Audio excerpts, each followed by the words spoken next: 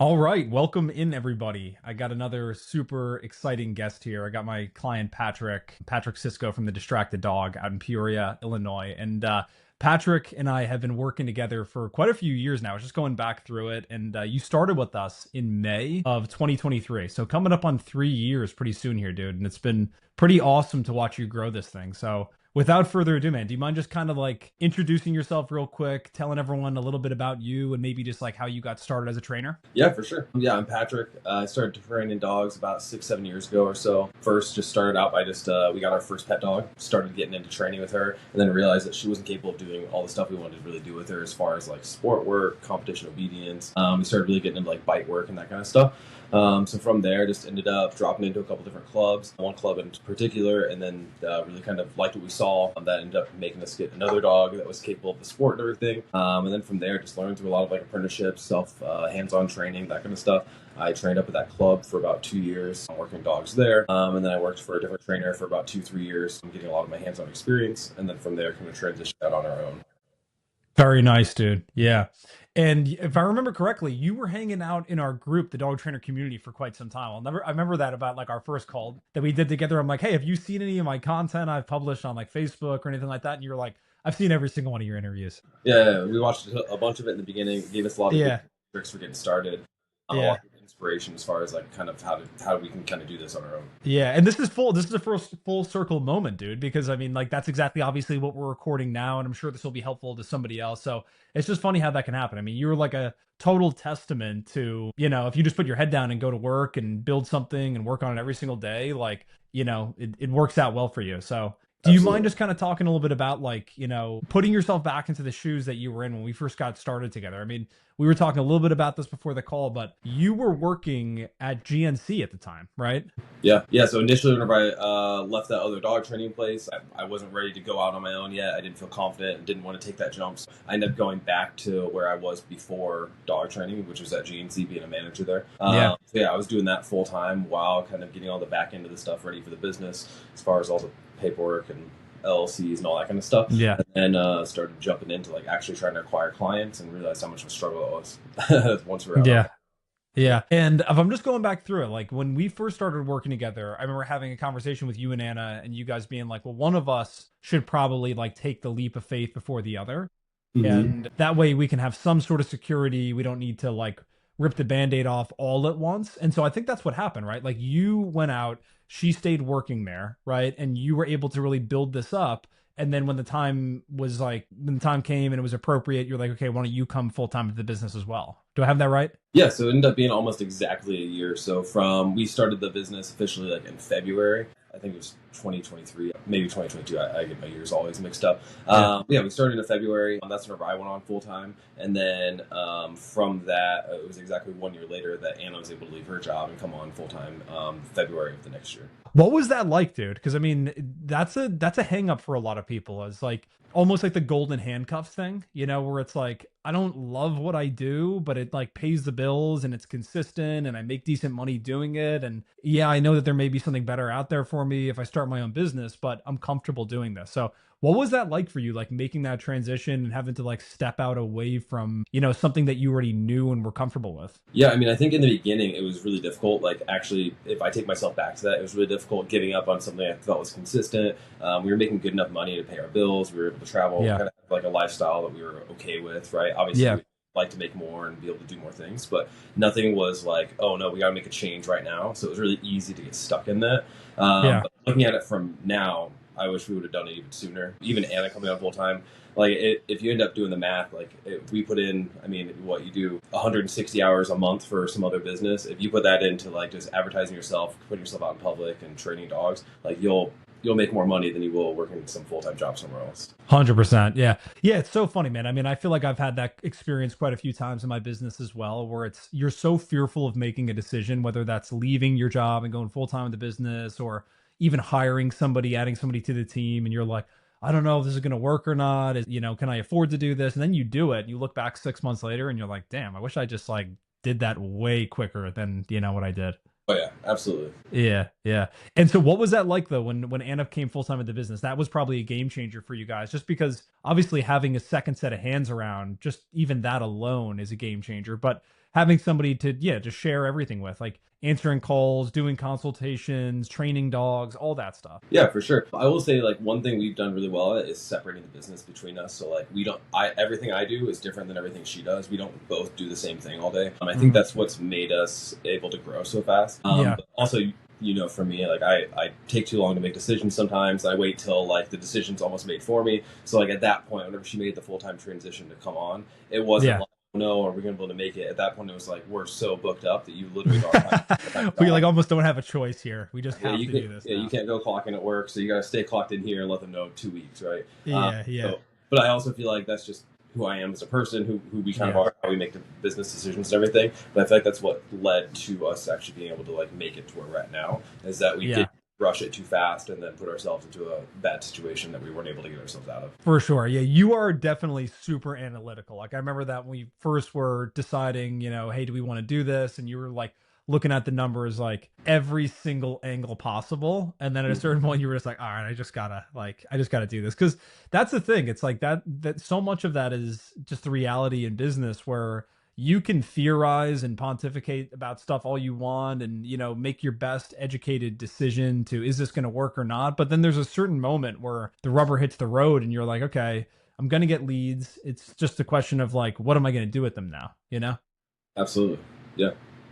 So what was it like for you guys? I mean, if you put yourself back into that situation when you first started out with us at Top Dog Advertising, like you were kind of struggling to get consistent leads. And then what was it like once you kind of like things were like ramping up and you were getting more phone calls, setting consultations? Do you mind like talking about that and just like what your experience was like with that? Yeah, for sure. Yeah, I remember initially, like all we were doing before we signed up with you guys and everything was we were just posting on social media. Obviously, it doesn't work out the best. There's a lot of like we were spending so much time every single day trying to get quality videos, make quality content, post it everywhere. Yeah. That only goes so far, right? Like that's not actually like acquiring clients. It's just kind of putting yourself out there. And if someone's Yeah. really desperate for the I guess offer you're making, then they might jump on it. But you're not going to acquire people that are like specifically looking for dog training that way.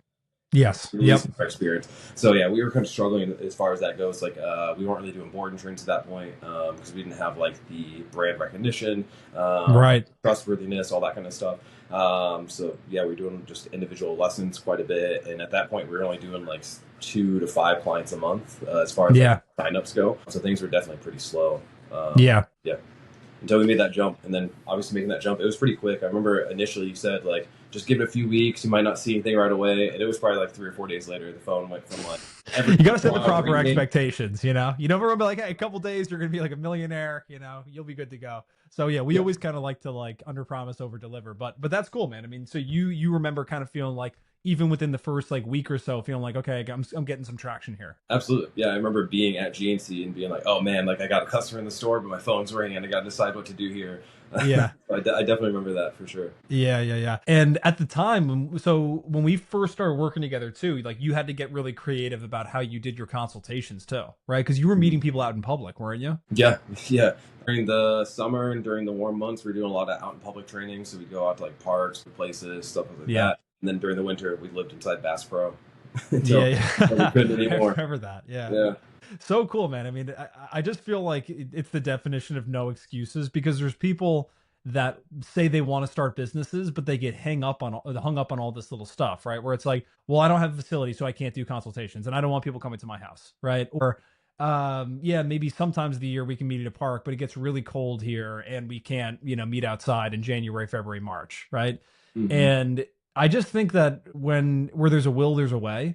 And for people who really want to find a way to make it work, they'll find a way to make it work. And for you, like, hey, if I get kicked out of Bass Pro, like I'll just go to Tractor Supply. I'll just go to Home Depot. I'll figure something out. And I just think that people that really want to do it and make their business their priority, they're going to make their business their priority and they're always going to find a way to succeed. Yeah, I think there's always a different route you can take with things. Might not be as lucrative or as beneficial for the business, but there's always another route you can pivot to at least be a mediator until you can kind of problem solve the solution. Like I remember whenever we got kicked out of Bass Pro, because I mean we were doing 8-10 hours a day there, and at a certain point they're like, hey, you're just kind of running a business out of another business. So at that point, we ended up transitioning to a lot of like in-home stuff, right? Like we would travel to people's houses, do in-home lessons. Yeah. All those kind of things. And like obviously it takes up double the time because you got driving. Exactly. set up the scheduling, all that kind of stuff. But it was a good middle ground until we were able to actually find a new location to train at, and then eventually move into a facility. Yeah, yeah. And you, dude, just from doing all those consultations, you've probably gotten so much more comfortable with like your sales process, just sales in general compared to when you first started. Like, do you mind talking a little bit about that? Because I know that's a big hang up for a lot of people. Like, how do you feel about selling now versus how you felt about selling, back in 2023 when you first started really getting more opportunities to like sell to people? Like, what do you feel like is the biggest difference that like the things you recognize now that you didn't necessarily know at the time? Yeah, so I will say I did feel like I came into this kind of position with like an advantage. Like at GNC, it is a sales position. Yeah.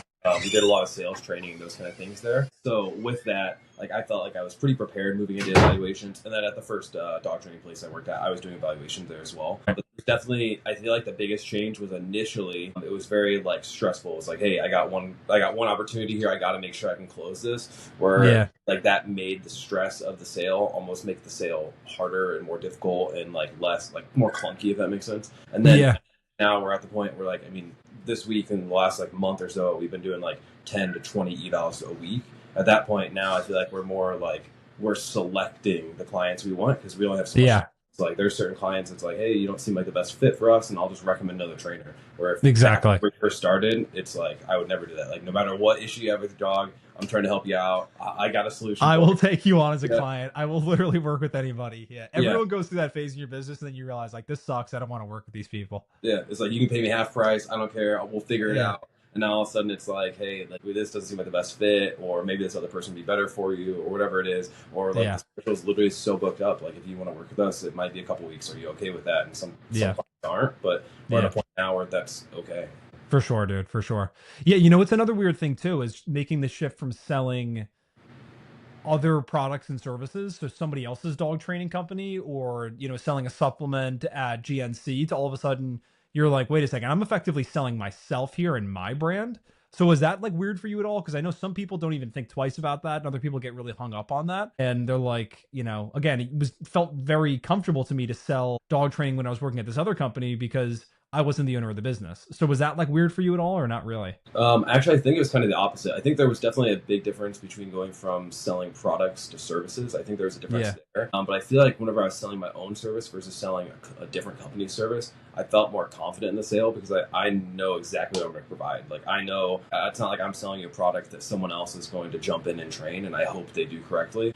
I know that if you sign up with me, it's going to be me and you working together, and I know what I can do, and I know that I can promise X, Y, and Z, and actually guarantee that those kind of things are going to happen, rather than I'm going to trust someone else at this workplace to do what I think I would do in this situation. Right? Yeah, that makes sense. Yeah, I think a lot of people like you're one of those guys. I think you have a lot of confidence in like your training ability, as you should, and I think that for a lot of people it boils down to like if you're a younger trainer or newer and you don't have all those repetitions yet, you haven't trained 1,000 dogs yet, you kind of can have that like uncertainty of like, I have to be very careful about what I say when I sell somebody, because can I actually deliver on what I'm saying? You know what I mean? Absolutely. Yeah. And so what I always talk about with that with all of our clients is like most times like people have these fears that are totally unrecognized anyway. And, people always have the fear of what if I make a promise that I can't actually deliver on? And I'm like, dude, 99.9% of the time, like, people leave or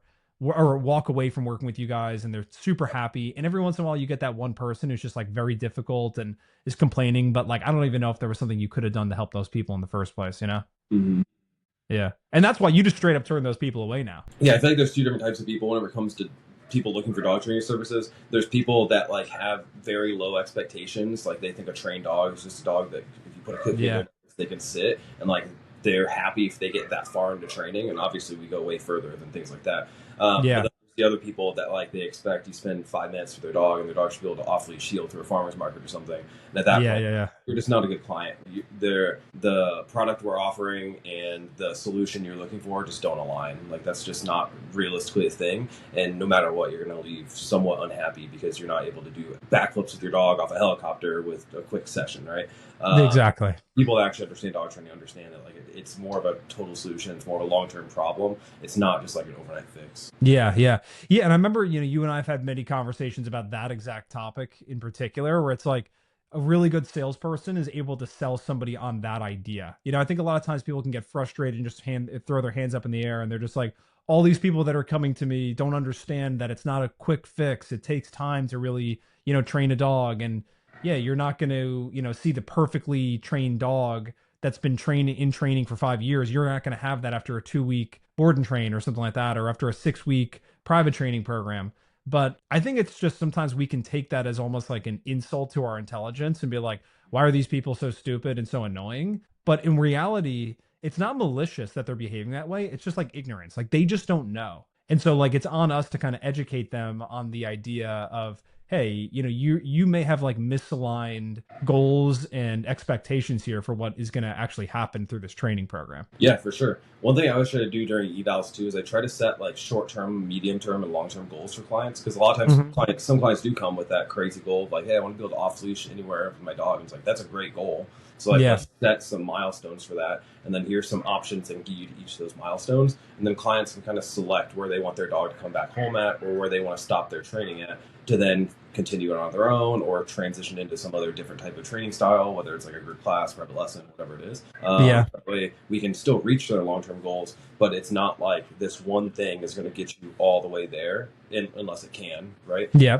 But then that way they have the options. They have the entry level cost, they have the medium level cost, and they have like the total solution where it's like, hey, you get everything you're looking for, but it does come at a cost, right? By presenting it that way to clients, a lot of times they feel more inclined to take the bigger option, because they just don't want, no one wants to pay for half results. And if they understand, like, I can pay for half results and then try to do it on my own, or I can pay for just finished results, I might as well just pay for the finished results and kind of figure out my finances later. Right. Exactly, dude. Yeah. And I think even just setting like, short term, medium term, and long term goals is a really smart idea too. Because if you only focus on the dream of like, what does like the end goal look like? It's like, well, that's going to take, 4 weeks to get to in a board and train, versus if you can really clearly define like, hey, what we can reasonably expect in like week 1 or the first couple of days or something like that, then you can show them proof. And once they see the proof of, okay, we said we were going to do this in a week or 2 weeks, and we're actually there, it's like, okay, now I'm like excited about, promises that were made about what's going to happen at the 2 week or 3 or 4 week mark. You know what I mean? Mm-hmm, for sure. Yeah, and we've had that a lot too, where people think like dog training's a really long-term thing, and then it's been happening a lot more lately, which sucks because the schedule's been jammed up and everything. But a lot of people have been like, I just want to try it out. I just want to do like your shortest board and train or whatever. And then by the time we send that first video update 4 days later, they're like, hey, how do I extend to your longest board and train? Because like I see that this is working, and I want my dog to be done by the time they come home. Yeah. And we've been having that a lot. I would say like literally probably a third of our board and train clients have been extending. Damn, that's awesome, dude. Yeah. I mean, that just goes to show you like the proof is in the pudding. Like people really need to see, seeing is believing. And that's why I always, whenever I talk to people about sales, like I think demoing is a big part, like putting their dog on a leash and just getting some quick wins and results with that dog, where it's like loose leash walking, of course, if it's safe to do that, because there's a big difference between you saying, hey, we train dogs and theoretically, yeah, I can help you and we can get your dog to stop pulling on a leash and jumping and, incessant barking and all that stuff. But they're like, okay, that sounds good. But there's a big difference between hearing that and then seeing their dog that annoys the ever living hell out of them every single day and pulls on the leash and like destroys their evening walk and stuff like that, all of a sudden behaving in a different manner with you. They're like, I can see your dog behaving well, but you're a dog trainer. Of course you have a well-trained dog. Or I can see this dog that's in for a board and train now behaving well, but is that actually going to translate to my dog, who I think is a total maniac? And then if they see their dog like behaving in a different manner, I just think that that's where they really draw that connection, and they go, oh, this is a totally different thing than anything I've ever tried before. Yeah. And one thing I do with that a lot too is like I don't go into super technicals whenever I'm like working with someone's dog. I'm not like teaching them how to heel. I'm not teaching them any skills, but I'm ignoring what I like to do is I literally like to grab the leash from the dog as soon as they walk in, or after a couple minutes, or they trust me to hold the leash, and I just ignore the dog and I just conversate with the human, and it's almost like free shaping the dog to stop jumping on you. And then after I notice the dog stops jumping on me, then I start to work with it. And they're like, wow, I've never seen my dog so calm. I've never seen my dog not jump on someone. And it's like, your dog didn't not jump on me. I just didn't acknowledge it. Now they learned it didn't work. Right? But a lot of times people see that and they're like, wow, I see this transformation in just 5 minutes. Like, that's crazy. How do we get rolling with this? And then another thing that people really like too is like, it's like my secret, I guess. It's just who I am as a person. I'm very monotone. I'm very quiet. Like, I don't yell and scream. I'm not straying out dogs and they're doing crazy stuff. And Yeah. people really like to see that whenever you handle their dog, because like they want someone that they can trust and they want to see someone with patience. And like their dog jumps on me and I'll just give a light correction to tell them to knock it off and that kind of stuff. And like they see that light information and that light feedback to the dog actually works really fast, rather than having to like yell, scream, make a scene, do some crazy stuff. And a lot of clients really appreciate that. Like that's a lot of the feedback we get by the end of the sessions, whether it's private lessons or board and trains. It's just like, I like that you guys like never yelled at my dog. I like that you guys sit fair with my dog. I like that like I don't have to do any kind of crazy stuff to get my dog to listen. I just need to like tell them what to do and they do it. It's Yeah. simple as that. Yeah, I mean, you're kind of talking about like gentle, like but firm and compassionate like training for the dog, right? And for the owner, because nobody wants to see like their dog be handled in a way that like makes them feel uncomfortable. At least not like the first interaction that they're having with that trainer. I think I've seen that with some trainers where, yeah, there may be some times where you maybe need to be a little bit more heavy-handed with the dog, depending on like what's going on. But like probably not within the first 5 minutes of meeting the owner and the dog. You know, that may be a turn off to somebody. You know? Yeah, and especially just from the dog training side of things, like all you're doing is really suppressing that dog to not show you negative things to you specifically. Then whenever you get that dog for board and train, you can't even fix the issues it has because it doesn't want to show you the issues. And as soon as it goes back home to mom and dad, all the issues come back, and then it's kind of on you because you set that tone so firm, the dog just isn't open with you, right? Right. Yeah. And that becomes more of an issue long term. Like we've seen it all the time. Yeah, but this is all such a delicate balance. You know, it's like, how do you want to be perceived when you meet somebody? You know, how do you want to come off to them? And just going back to what you were saying before, it's like people now treat their dogs like their children. And so, like, you being able to be kind, level headed, compassionate, but at the same time, like, firm and be able to like deliver results. And even if those results are just like the dog is not jumping on you, my dog jumps on everybody, why is it not jumping on you?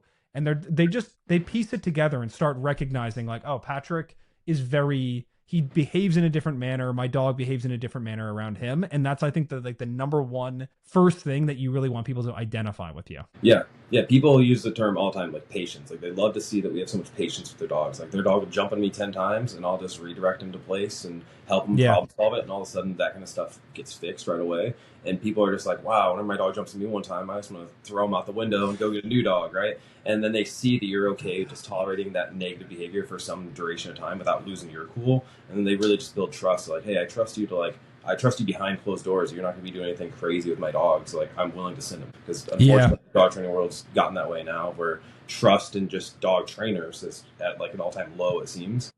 Yeah. A lot of the evaluation is just about counter conditioning that in the client, just showing like, hey, we're able to be trusted. Here's reviews, here's videos. You see me handling your dog right in front of you. Like this is all stuff to build trust in the total solution for the sale. That's an interesting one, man. I mean, how do you overcome that? Because I know that there is like a lot of negative publicity out there for some dog training businesses and just some bizarre, weird stuff that's happened with animals and stuff like that. So do you have people that bring that up? For sure, yeah.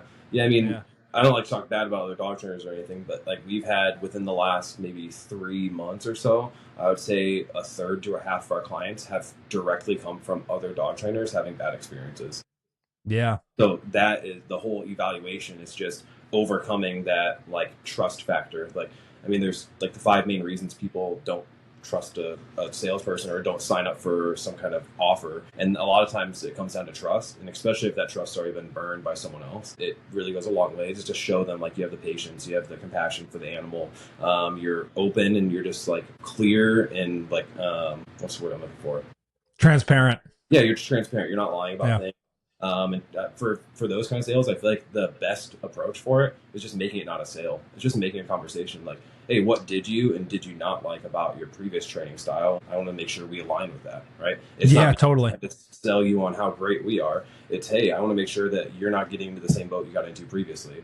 And then by doing that, they kind of convince themselves out of it. They're like, oh yeah, because you're open to ask me these questions, that makes me feel like you're not that person. Yeah, 100%, dude. That's really well said. I think the other thing too is just being like, having an open and honest conversation, like what you're talking about. It's like, what happened? You know, tell me the story of like what happened with you and your dog when you went to this other trainer, and then just being like genuinely empathetic to it and be like, I'm sorry that happened to you guys. You know, I hope you realize that like that's not, you know, a representation of the dog training industry as a whole. That's a one-off type of thing. And I can just tell you, like right now, that that would never happen under any circumstance if your dog were here with us. I think if you say something like that, I just think that totally just diffuses the whole situation and makes people recognize, like, oh, this person actually cares and actually has emotions, instead of just, you being like, oh, that happened to you, moving on, here's what we do differently. Like, I feel like you need to acknowledge that, like, that was a messed up thing that happened to them. Yeah, and I think one thing that really helps out too is just being like uh, being caught off guard by what they say. I mean, usually it does literally catch me off guard. The things that Yeah. on is like that's literally crazy. But whenever they see your genuine like that's crazy response to it, then you almost break them open as like a person. So it's not like a Yeah. transactional conversation anymore. It's literally like an ethics conversation. Like, oh, you don't believe in this kind of things. You don't believe in treating animals this way. You believe in like taking care of things differently. And then all of a sudden Mhm. you're almost like finding what things you align on rather than finding the things you don't align on. And it can really help with like just building more just relationship and rapport with the client, but just in a natural, like organic way. Yeah, dude, that's awesome, man. I think that you just hit on something super powerful there. Like, it's an ethics conversation. It's more like philosophical belief systems. Like, how do I want my dog to be trained? How do we view training and stuff like that? Like, I feel like you should have more philosophy conversations and ethics conversations than just black and white. I teach your dog how to do this, this, this, and this, because so much of this is people making an emotional purchasing decision, not a rational one. They're not going and like looking at and studying all the different training terminology and methodology out there. And this person went to this school, this person is certified by this organization. Like, they don't know any of that stuff. All they know is how you make them feel. And so the unfortunate thing with that is, like, there are some people out there who are really kind of crummy trainers, let's just call it, and not the most ethical people, but they're good at making people feel a certain way. And so there's other people who are great trainers, and because they're such good trainers, they fall into the trap of like, if I'm just the best trainer, then that's all that matters. And it's got to be a combination. You got to be really good at training, and then at the same time, like, really good job of communicating that to the dog owner. And honestly, communicating it to the owner at like a fifth grade or like even like a second grade comprehension level. Like, don't be using terminology that they can't understand or don't know, as very commonplace vernacular. Like, you need to break it down for them. Instead of even saying recall, just come when called, or your dog's going to come when we call their name, or something like that. For sure. Yeah, I think that's one thing that like I learned the hard way, because that was the biggest difference for me between product sales versus service sales. Is Mhm. product sales, my like sales, I guess, like routine or rhythm is like just being very factual. Like, this is literally the straightforward information that this product will provide you. Yeah. And Well, just hold on. being If able- you're hold on, I just want to say this real quick. Like, if you were talking to a gym bro at GNC and you're going off about like beta alanine and stuff like that and creatine Absolutely. monohydrate, it's like that guy understand, or the girl like understands that.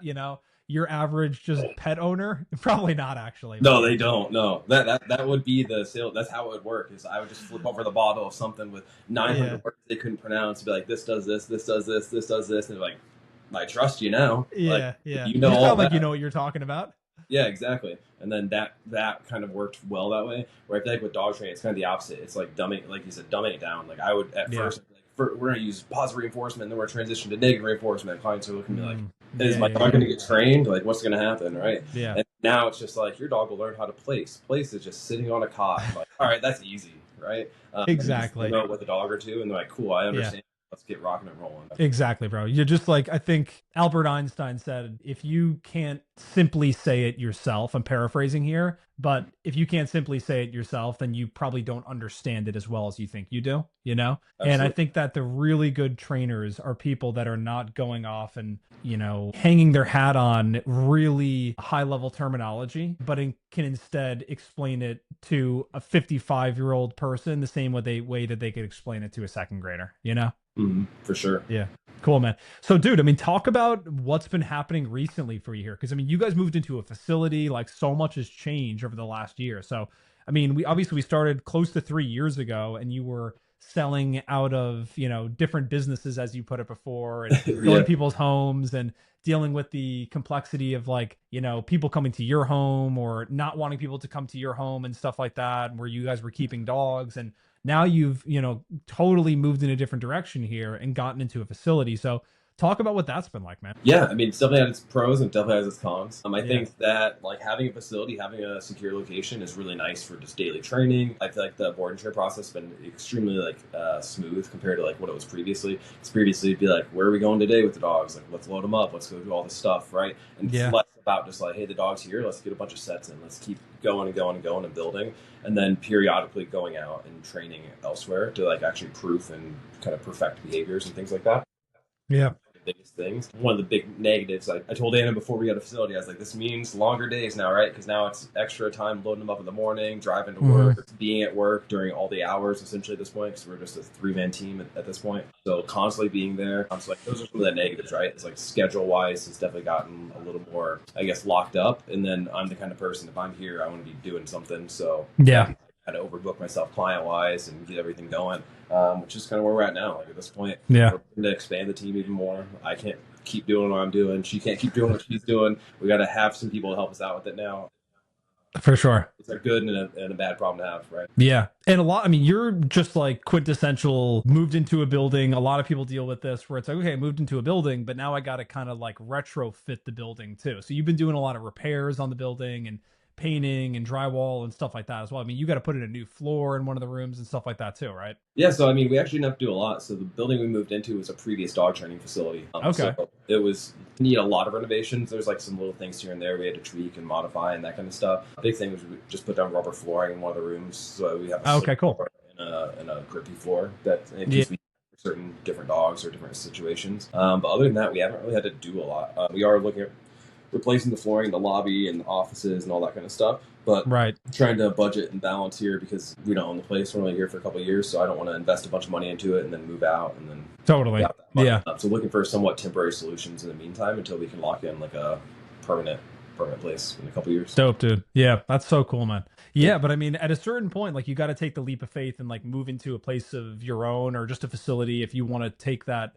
It depends on what direction you want to go with the business, but something that I always think about is on Instagram and YouTube and wherever you consume content, podcasts, you listen to these entrepreneurs and people talk about scaling a business. Like it's like the most awesome, fun thing in the world. And like, how cool is this? We went from $20,000 a month to 50,000 to 100 and 150 and so on and so forth. But then you realize once you try and do that, the reality of what that feels like while you're doing it. And it's not just the glamorous highlight reel that's shown on Instagram afterwards or what people want you to see. It's all the stuff you're talking about, which is late nights, building a team, all that stuff. And so it's worth it. I mean, it's if that's what you want to do, it's like painful, but exciting at the same time and rewarding. But yeah, I just always think that's so fascinating. I heard somebody talking about that with their team, and they were trying to make a jump to like a $10 million a year business.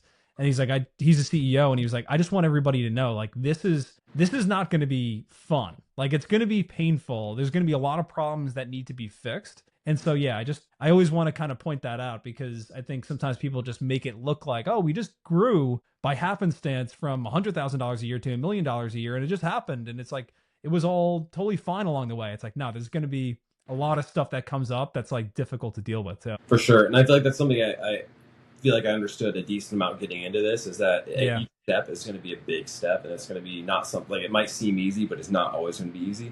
I think that's why I am so hesitant to make decisions sometimes, and I wait till like decisions almost get pushed on me sometimes. I think that is what almost has made us be able to get to where we're at. I feel like if we would have tried to do this right away, we would have been like, yeah, we can do this, and we would have probably made it happen for a little while. But I feel like we would have definitely hit some hiccups and hurdles along the way that we were able to avoid by just taking our time. Like, that's one thing I see a lot, is especially just in the dog training industry. A lot of companies just pop up, and all of a sudden they got 10 trainers, and then 2 years down the road, they're gone. It's like, yeah, I mean, that's a lot of overhead to pay for 10 trainers. You have to have a big facility to run that many trainers out of. Now you have to get 20, 30 dogs a month to come in minimum just to pay the bills. Like, it's a lot of consistency that's required from the business to run a business like that. And if you haven't built it from the ground up to see each step of the way where you might have your hiccups, where you might have your struggles, then all those struggles are going to hit you, and they're going to hit you hard, and you might not be able to be prepared for it. Yeah, there's this real obsession too with the people fall into the trap of like, look at me, I have 10 trainers on my team. Look at me, I have this gigantic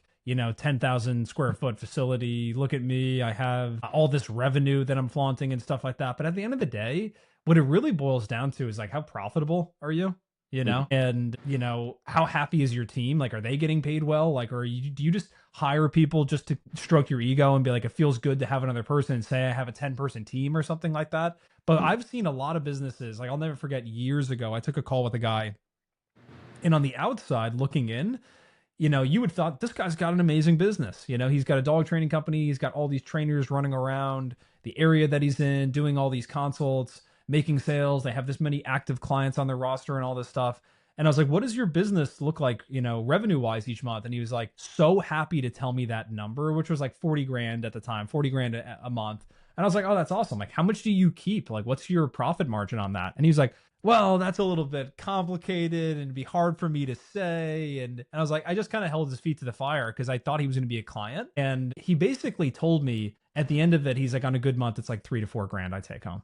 And I'm like, dude, you have a massive liability. You make 40 and you take away $4,000. And I think if you're not careful, it's easy to have that happen to your business where you can get so focused on top line revenue and all of a sudden just lose the idea that's like, hey, yeah, that's cool. Like that's growing. That's a bigger number, but it needs to be profitable as well. And you'd honestly be better off going back to being like the guy who takes on one board and train a month himself and does a couple of private training clients and brings home 8 to 10K. And, you don't have all this extra liability attached to it as well. For sure, and I feel like that's almost a necessary evil at a certain point. Like we definitely noticed that when we jumped into the facility. Like we Yeah. had X amount of clients a week or a month, and now jump into a facility. Now we have an extra $5,000 of overhead that Yeah. previously used to be profits. Yeah. At that point, it was like now we have to find a way to generate an extra $5,000 of profit to kind of be where we were at least at baseline, and then Exactly. from that, because the goal of having a facility is to be able to build the business, not just stay consistent with the business, right? Exactly right. So I feel like no matter what, it's a necessary evil at a certain point. And I feel like that's what we've been kind of combating this first year in a facility is getting the numbers to where they need to be, where it balances out, where now, hey, we are making more than we were previously profit wise. I mean, just total sales wise, we're doing way better, but profit wise was similar or the same, right? And Yeah. now that's where we're starting to see that jump within the last like 2-3 months of where now it's like, hey, profits are actually jumping up as well. Exactly, dude. That's so cool, man. Yeah, I'll never forget. I heard Gary Vaynerchuk talking about this a couple years ago, running VaynerMedia, and he was saying that he's like, what I try and do is like stagger it. So like 1 year, I'll be totally focused on growth, reinvesting as much as possible. Then the following year, it's like trying to like really straighten out like the profit as much as possible and trying to be as profitable as we can be. Then the next year, it's back to like, okay, let's hit this like real growth phase and stuff like that. And yeah, there's gonna be moments where it's like you need to build it and then they'll come. You know what I mean? And that's kind of like what you guys had to do here. And we've had to do that too. It's like it can be tempting to be like, oh man, that's an extra 5 grand in my pocket every single month, 60,000 a year. That's nice to have. But if you want to be able to make that jump into the next phase of your business, sometimes you do need to take that one step backwards, right? Profit wise, in order to take 10 steps forward for the future. Yeah, and I feel like the only way you're ever really able to do that is if you're thinking really long term, or if you're just an impulsive person. Yeah. But I'm thinking long term. Like, I mean, we already have the next 2-3 years ideally planned out and everything, right? Yeah. So That does not surprise me with you at all. You're like, I'm planned out to 2042 right now. yeah, but that's what makes it doable. Is like, hey, you might have it a month where it's like, man, profits were low this month, or revenue was low this month, or whatever it is. Yeah. You see the big picture, and you're like, hey, it's okay because we can make the adjustment here. This is where we can recap things. This is where we can recoup funds. This is like where we spent extra because now we have a facility, right? So now we have to make renovations, get new equipment, all that kind of stuff. And there's definitely it ebbs and flows sometimes, but I think that having like a long-term plan is what can make it feel better and feel more consistent, even on the months where you do take a hit or you're doing something else, right? Like this month, we're running a big like community event, had to rent out like a park, event coordinator, contact all these different places. Now we have to buy like a booth, we have to buy all this agility equipment, all this kind of stuff we're doing, right? So we got like $10,000 in expenses coming up that we don't usually have. And we have to be prepared to take that hit in order to then get the growth from those type of events and things like that. Exactly, dude. It's all about the ROI at that point, Mm-hmm. Sweet, dude. Well, listen, let's do this, man. It's something that I always really love to kind of talk about here too. It's just kind of like really comparing, where you were before versus where you are now. And so, I mean, it's funny, when I was getting ready for this call, I was going back and looking at the intake form that you guys had filled out, and we were kind of looking at the numbers before. I know you said when you first started working with us, like when you were still working at GN, looking to make the jump, you were a little bit inconsistent, but between like 3 to 4K like a month and stuff like that. prior to getting started with us, right? Yeah, for sure. And we were only about 2, 3 months into business. Yeah, yeah. Which I mean is a good solid business, but it's like kind of like that point where you're kind of like still like a freelancer and not making enough where you can do it full time, but it's like, hey, it's nice extra income that I'm making like after my job and stuff like that. Absolutely. Yeah. Now we don't need to get into like specifics and stuff like that, but like, do you mind just talking about like where, like how many clients do you guys currently have? Like as far as like board and trains and private lessons and like booking out, like what does all that look like? Yes, I mean, as of right now, I do all the private lessons except for like our board and train programs come with some private lessons. I Yeah. don't do those, but I do all of the individual signups for private lessons. And I do all of the evaluations, and then Anna does all of the board and trains, and then we have Mm. a kennel tech that helps out the board and trains, the cleaning, all the facility kind of stuff. Right now, I have anywhere between 20 to 30 clients a month or a week as far as private lessons go. Like that's what Wow, dude. looks like. And we just do Monday through Friday. That's after we've taken off weekends, even because we had to have some time to travel and train our own dogs and that kind of stuff. Yeah. So about 20 to 30 private lessons a week for me. And then we Mm. do about 10 to 20 evals a week at this point. Yeah. It's like on kind of like the slow end, the slow side. And then as far as board and trains go, we do about 5 to 6 at a time. And right Wow, now, man. we're already starting to book into January. Insane, bro. Absolutely insane, man. That's so cool, dude. Yeah, I mean Yeah, that's a heavy client load. Yeah, absolutely, and it's really nice too because like we had a client that was supposed to drop off 2 dogs yesterday or on Monday for a 5 week board and train. So it was gonna be 2 5 week board and trains, which is pretty big. And he actually ended up traveling, and I don't want to get too much in detail, but he ended up getting in like a severe accident, and he's like down Oh and out. boy. Like he's not able to drop the dogs off. Like he's still stuck where he was traveling and all that kind of stuff because he had a really bad accident. So I feel bad for him, but as Yeah. far as like from the business side of things, it's nice being at a point that like I literally came in on Monday. I was like, I haven't heard from this dude. I don't know what's going on. Like I don't think he's dropping off his dogs. And I was able to just call up 2 clients and boom, Just move them up. We didn't take a hit Yeah. at all. If anything, we technically made some money from the down payment. He's just going to push his dates out. So our schedule is exactly the same. But now we have some clients that are extra happy because they got their stuff moved up. And financially, it's the exact same for us. Yeah. I never felt the business would be at that point this quick. Dude, that's awesome, man. Yeah, and something that you said before that I think, you said in passing, but I think is really, really important to kind of point out is so two things. They're both tied together. So you and Anna kind of have different focuses in the business. You're doing the private training lessons and then consultations, and then she's doing like the board and trains on the back end and stuff like that, and gets help from a kennel tech, to get all that work done and stuff like that. But I think that this is why when Henry Ford created the moving assembly line, it was so revolutionary to just like productivity in the workplace in general. Like people at the time, it's like, oh, what's the big deal? Like it's this like subtle shift, and this guy, all he does all day long is just like screw in the headlights to the Model T. But it just made people so much more efficient. And so I think that like you really see that in your business where it's like you had this sales experience already. You had all this experience interfacing with clients already. So it's like it made sense for you to be the one to do the consultations and the private training clients. And the cool thing about you doing it is like you just get better and better and better at doing it instead of being like, hey, sometimes I do this and then sometimes this person does it and they don't really feel like doing it. So I'm going to take it back over and stuff like that. It's like you clearly define the responsibilities of who is doing what. And there's nothing left up in the air as far as like I thought you were doing that or I thought I was going to do that. You know what I mean? So I think that's really cool, man. Yeah, and I think that we got that from that year of growth where like I went on full time and then she went on full time. Like I went on full time and I had to do the whole business myself essentially. Like she was still helping out whenever she wasn't working, those kind of things. Yeah. It felt like it was my responsibility because she has another job. Like this is my job. I got to knock this out, and that gave me time to realize like what I excelled at, what I didn't really like doing in the business. What I wasn't as good at in the business. Like for me, I don't like doing board and trains that much. It's tedious and repetitive, and it's just not my thing. Like I like having some versatility in the day. And then whenever we added on Anna, like at that point, whenever she first joined in, like we were both doing everything. Like we would schedule lessons at the same time. So she'd do a lesson, I'd do a lesson. We'd just be at different ends of the store, different ends of the park, right? If I was doing an eval, she would do an eval. And like we could really see the differences where like I was closing more for evals. So like, hey, that means that like I should probably be doing more of those and you should probably be doing less of those, right? And then she didn't necessarily like private lessons as much because sometimes the clients can be difficult to work with and things like that, where she likes to be able to just work with dogs. So it naturally kind of set itself apart that way. But I think that what really helped out was us just actually sitting down and deciding like, hey, like you don't have to even think about this anymore. Like don't even exactly, dude. Yeah, like she doesn't even ask me how many evals we have or how many private lessons I have, and I don't even ask her if like the board and trains are going good because like we both just trust that each of us are doing our part, And then obviously, whenever we do have those conversations, like we can just catch up and powwow and kind of figure out what we need to do and what we need to change. But Yeah. for the most part, it's literally just check in whenever there's like something you need help with, rather than like involve me in every step of your day and I'm going to involve you in every step of my day. And then we both just feel overwhelmed doing. Yes. Really well said, dude. I think that's super smart, super intuitive that you guys did that. And the fact that you even know how many consultations you do a week, I think is another important thing to point out too.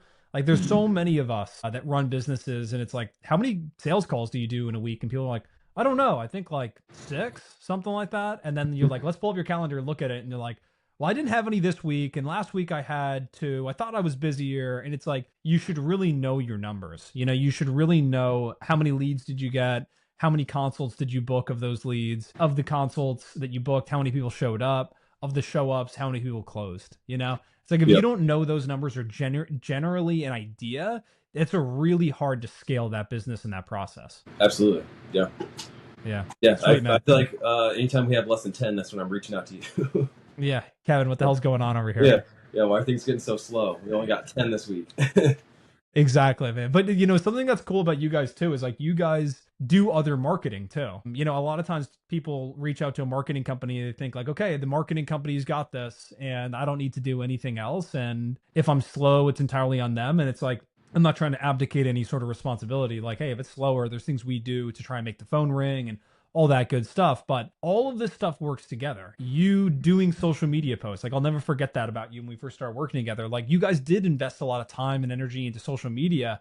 And I think that that helps your Google ad performance too, because people have become more sophisticated where it's not always click on ad, go to landing page or website, convert, turn into client. It's like sometimes they click on an ad, they see a landing page, they're like, okay, this is cool, but I want to do a little bit more research. Let me look at the reviews they have. Let me look at their social media presence. Are they real people? Are they a real company? Or did they just pop up last week and they're just running some ads, you know? So you guys doing all that stuff and then partnering that too with like the local events that you do and just all the relationships. I mean, you guys have gotten featured in like local newspapers and stuff like that. So all of that stuff matters. It's like you never want to put all your eggs in one basket and be like, I just run Facebook ads, I just run Google ads, I just do SEO. It's like, no, you should have a strategy or a couple different strategies to acquire clients. You should have one really good one that like, hey, you're investing a lot of your resources into instead of diversifying totally and not really having any success with anything. But just being totally reliant on one thing and being like that channel is slow, so I guess I'm not working. It's just not a good way to go about it. For sure. And I feel like one thing in my early sales training, like at GNC and stuff like that, like they were really big on, at least my mentor there was really big on like the 7 steps of selling. And that really instilled in me like preparation. Like preparation is the number one step for sales. And it's a step everyone always forgets and they always skip. But like for us, like that's why we literally have like a whole marketing campaign set on the back burner that we don't even use right now. But we're prepared for it. Hey, if we see 2 weeks of slow weeks, let's go, right? Yeah. To get us those clients to come back to kind of fill that space. Because I feel like I see a lot with the other businesses and things like that, that they will go all in on marketing and then things will kind of slow down. And now at that point, they don't have enough money to reinvest in different types of marketing. And they're kind of like out of luck, right? Or like we have this whole, I mean, I think I've already sent it to you, the whole commercial, we have the client testimonials, we have all that stuff on the back burner ready to go for like Facebook and Instagram ads if for whatever reason the Google ads start to slow down during the slow season or something. So that way we can just organically get more traffic with things that we already have prepared and we're not chasing our tail whenever, hey, we got a slow week, it's time to come up with some ads and hope they work. It's like we have everything kind of set up and ready. So if we hit that time, we're ready to rock and roll as soon as we see it. Exactly, bro. Stay ready so you don't need to get ready, you know? Exactly. I feel like the big thing that having a facility really helped out with is trust and urgency. I feel like, so like, I mean, there's like 5 reasons people don't buy. You have like money, time, need, urgency, and trust. And I feel like I always try to break down after every single evaluation, like what do I feel like I neglected the most out of those 5 things with that client? And if they don't sign up, like, is that the reason why?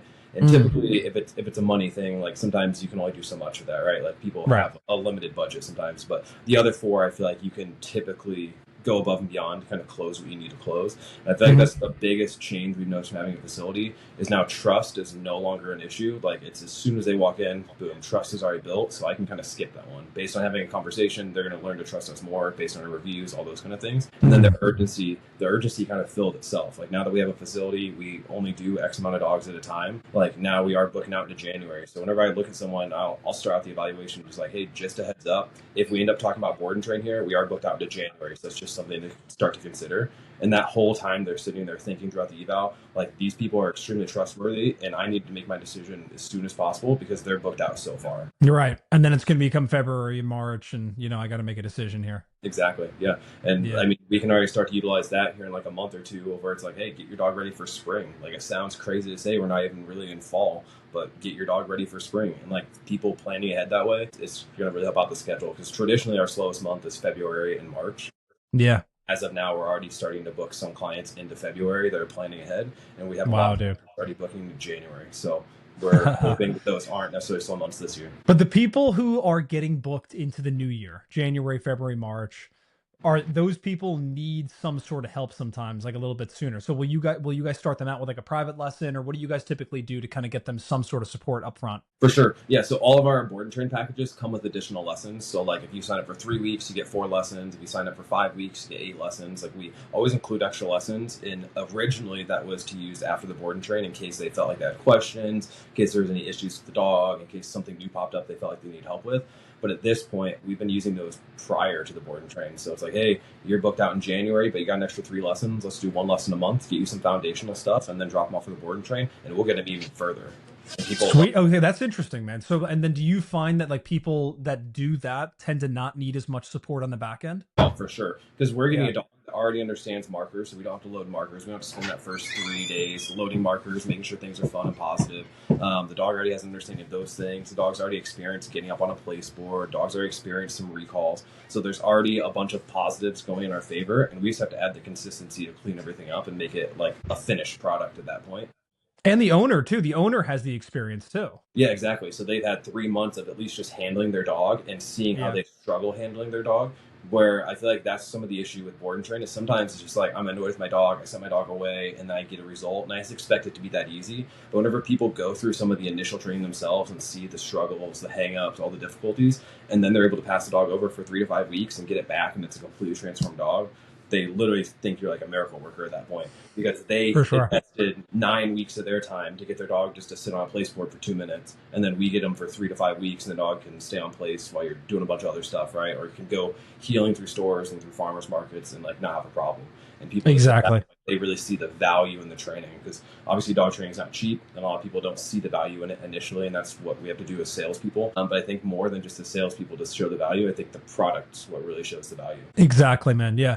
And I think that there's no doubt that, there's the reason you're having so much success too is just your experience that you've had in sales and, all of the repetitions you've gotten and all that stuff. And I think that that's something that a lot of people aren't necessarily so familiar with is that just because you get leads doesn't mean that they're going to be lay down sales and they're going to be ready to work with you. Like there's a lot of nurturing that goes into it. There's a lot of, having to meet people and do consultations and stuff like that. So you just never get to shortcut that or skip that whole process, Yeah, absolutely. And there's difficult people too. Like yesterday, Anna came in to ask me a question and I didn't say a word to this client on the phone for 30 minutes. She just kept talking and talking and talking and talking. And this was before even setting up an eval, right? Yeah. My red flag, you might not be the right client for us. Like I don't have time in the day to hear about your dog from 30 years ago. Yeah. Like we gotta get the ball rolling or be talking about something that's productive and actually going on. Some people just need a friend, man. Yeah, like that's what that is to me. I'm like, you just need like somebody to talk to. Like you called me up to chat with me for like a half hour about just, it's just stream of consciousness. I had to tell them recently, like, I don't think I can help you just because like I didn't outright tell them that, like, you just didn't stop talking, but I just was never going to work with that person because I'm like, you're not coachable. You didn't listen to a single thing I said. And this was just so much more about you getting to talk about just nonsensical things for 30 minutes than it was about like actually growing a business. Yeah. A lot of times it's like couples therapy, the other end of the couple is the dog, right? They're just complaining about their dog and all the issues they have, and the dog's just sitting there looking at them like, what's this for? What is this like prevention or something? Yeah, for sure, man. It's funny. Well, let's finish up with this, dude. I know you're super busy, so I don't want to keep you for forever. But the last question I always like to ask people is, if you put yourself back into the shoes that you were in back in May of 2023, right when you were getting started with us, somebody is in that same situation now, like a different dog trainer is in that same exact situation that you were in. What is the advice that you would give to that person? I think marketing is key, and I think trusting it within reason, trusting yourself. If you're someone that's a little gung-ho and you trust yourself too much, that's going to get you in trouble. But if you're a reasonable person and you know what you can actually do and what you've you're conscious about who you actually are as a person, trust that, and just make sure that you do it. Right. I think that that's like some of the biggest things. Like people just don't trust themselves to make the jump, or people Mm. trust themselves too much and they jump way too early and they're not ready for it. I think making sure, like I said, preparation is key, whether it's for a sale, just anything in life, making sure you're prepared for what you're getting yourself into. Like this was a conversation Anna and I had a bunch of where it's like, are you sure you want to go this entrepreneur route? Like it's something I've always wanted to do, but like I don't want to push that on anyone else. So like, is this Mm. something you want to do? Because it's not going to be sunshine and rainbows. It's going to be 5 to 10 years of all day, every day, working your ass off until you get there. But once you Yeah. get there, is this something you're willing to commit to or that you want to commit to, right?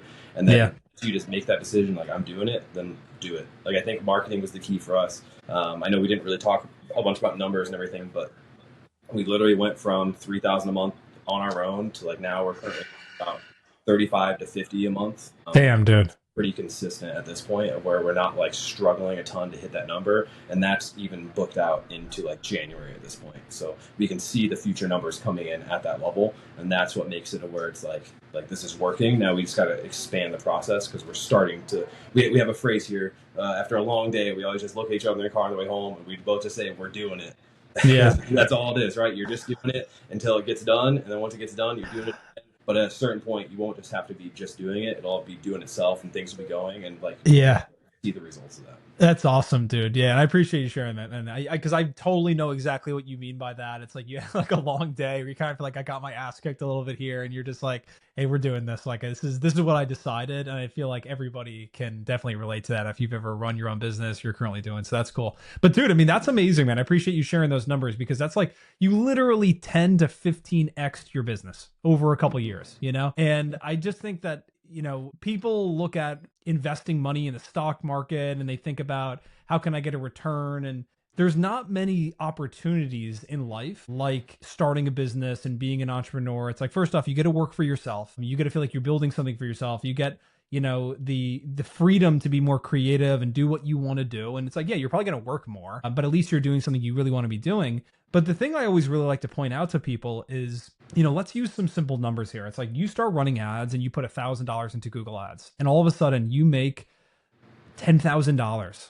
You have a $10,000 a month, right? It's like you literally just got a 10x return on your advertising spend. And sometimes people would be like, "Oh, I put in 1,000, I only made 5,000." It's like you got a 5x return on your investment. You couldn't give some of the most prolific investors, like financial minds of our time, like Ray Dalio or Warren Buffett, like you couldn't give them $1,000 and get $10,000 back 30 days later. That doesn't exist on Wall Street unless you get some insane stock, you know what I mean? But like chances of that happening are slim to none. And so the fact that you're able to take like a money like that and turn it into something else, or start investing in something a couple of years ago, and yeah, you're making 3,000 and now you're making 35 to 50 grand. It's like, dude, that's like what Alex Hormozy says. Like people are so interested in investing in the S&P 500. He's like, you need to invest in the S&Me 500. You need to like acquire better skills, get better at selling, get better at marketing, get better at training dogs. And if you can do all that, all of a sudden you'll never have to worry financially again. Mm-hmm. Yeah, no, absolutely. And that's kind of goes back to what you were saying earlier about like what made us decide like it was worth leaving the job and everything. And like I specifically remember like we were standing in the kitchen, I was just going through the finances and the books and everything,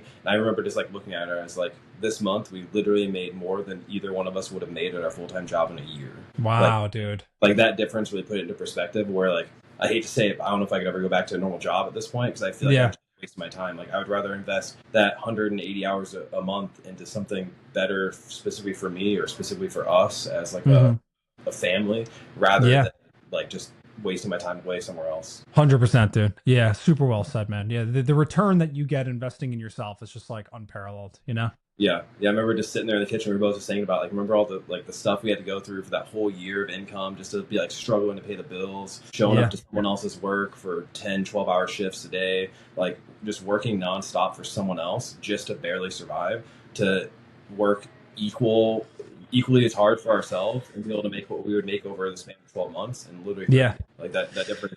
Yeah. Well, dude, we all love these stories of listening to like entrepreneurs, or even if you look at Hollywood, like everyone thinks it's like super badass to watch like, you know, Bruce Wayne or Batman like get his back broken by Bane and then like put in a cave for like months on end and like Hmm. have to climb out and can't do it. And everyone understands like metaphorically what's happening and stuff like that to like come back and have this like redemptive story in the end. But, you know, when it's happening to you in real time and you feel like life is really beating you down, you're like, this is really freaking hard, you know, like we're trying to run this business, build this thing. This client's being extremely difficult. They're threatening to leave a negative review. I've worked so hard for this, and my boss is being a total asshole. And, you know, I'm not making enough money to make ends meet. It's like, that's your version of that, you know? And so, like, you have to be the hero of your own story. And I feel like that's the payoff is like all of a sudden you're one day staying in your kitchen, you know, with your spouse, your wife, your girlfriend, and you're just kind of like, wait a second, like this thing that we were chasing, this thing that we wanted to do and wanted so badly, like here it is, you know? Hmm. We said we're doing it. Yeah. Literally, it's probably like once a week we hop in the car, we both look at each other and we're like, guess what? And we're like, what? We're doing it. It's getting done, right? But that is what we got to do to get there. And I That's think awesome, we're man. invested and willing to do it. I love that, dude. Well, listen, man, we'll wrap it up here because I know you got other things you got to get onto for today. But hang on the call after I wrap this up here for a minute or two. Just want to say thank you, man. Patrick, you're a great client. I mean, we love having you, man. It's been awesome watching you grow this thing. So I couldn't be more excited to see where you take this in the next couple of years here. Appreciate everybody listening. Like if you guys are enjoying these videos and stuff like that, if you ever want to, you know, hear from somebody in particular, one of our clients or somebody in the dog training industry, just let us know and we could try to make it happen. And if you guys have any questions, make sure to drop them down below in the comment section of this video and we will do our best to get to them. So that being said, I appreciate you guys listening and we'll see you guys all very soon. See you guys. See you.